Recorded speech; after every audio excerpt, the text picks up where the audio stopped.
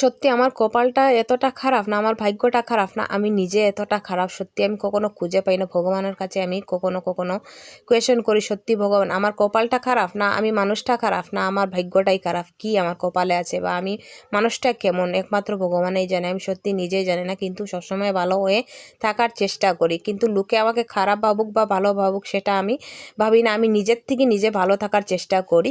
তো প্রথম কথা হলো আমি যেটা মানে কথা বলি মানে প্রথমে বলি যে আমি কিছু রিয়েল কথা বলে নিই, তার জন্য অনেকে আমাকে খারাপ পায় বা অনেকে ভালো পায়। তো খারাপ যে পাওয়ার পাক বা ভালো যে পাওয়ার পাক আমার করার কিছু নেই, যেটা বাস্তব যেটা সত্যি কথা সেটাই আমি বলে দিই। তাতে অনেকে খারাপ পায় আমাকে, তাহলে খারাপ যদি পায় আমার করার কিছু নেই। সত্যি কথা আমি যত সময় বেঁচে থাকবো সত্যি কথা বলার চেষ্টাই করব, কারণ কিছু মুখের উপর আমি সত্যি কথা বলে দিই, তার জন্য অনেক মানুষের চোখে আমি খারাপ হয়ে যাই।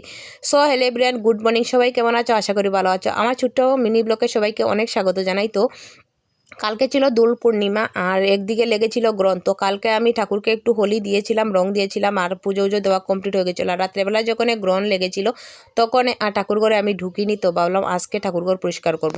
তো সকালবেলা ঘুম থেকে উঠে চলে এলাম ঠাকুর ঘরে। এসে তো প্রথমে ঠাকুরের সব কাপড়গুলো চেঞ্জ করলাম, করে ঠাকুরের খুশিটা সুন্দর করে মোছামুছি করলাম, মোছামুছি করে ঠাকুর সবকে স্নান টান করালাম, করিয়ে তারপর ঠাকুর ঘর পরিষ্কার করে মোছামুছি করে বাইরে চলে এলাম।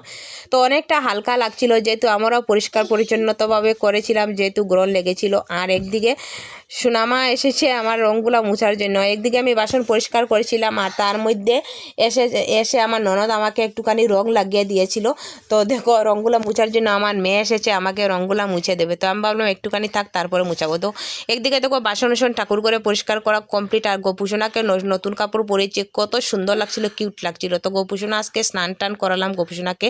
একদিকে সব কিছু রেডি, বাসন আর ফুল সব কিছু রেডি করে রাখলাম। তো ফাইনাল লুক তোমাদেরকে দেখালাম, ঠাকুরঘরটা অনেকটা সুন্দর লাগছিল, অনেকটা ভালো লাগছিল। তো এখন আমি পুজোটা দিয়ে দিলাম, পুজোটা আমার দেওয়া কমপ্লিট। তার মধ্যে সিপাই চলে আসছিল আমাকে সিপাহি ধরে নেওয়ার জন্য। তো কারা সিপাহি আসলো আমাদের ঘরে সেগুলো তোমাদের সাথে নিশ্চয়ই শেয়ার করব।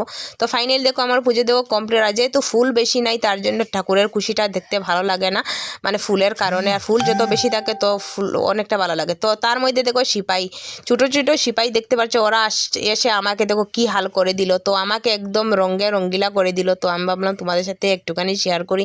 দেখো আমাকে আরও পুরো ভূত পেতনি বানিয়ে দিল। তার মধ্যে তোমাদের দাদাভাইয়ের সাথে দু একটা ফটো আমি মানে উঠে দেখো ফাইনালি এখন চলে এলাম স্নান করতে যাব বলে। তো একটুখানি ভাবলাম তোমাদের সাথে ভিডিওর মাধ্যমে শেয়ার করে। দেখো আমি পুরো ভূত থেকে পেতনি হয়ে গেছি, আমাকে চিনাই যাচ্ছে না আমি কি কে বা কোথায় থেকে আসলাম, এরকমই লাগছে। স্নান টান করে চলে আসলাম ঘরে। এই ছিল আজকে ছোট্ট মিনি ব্লগ।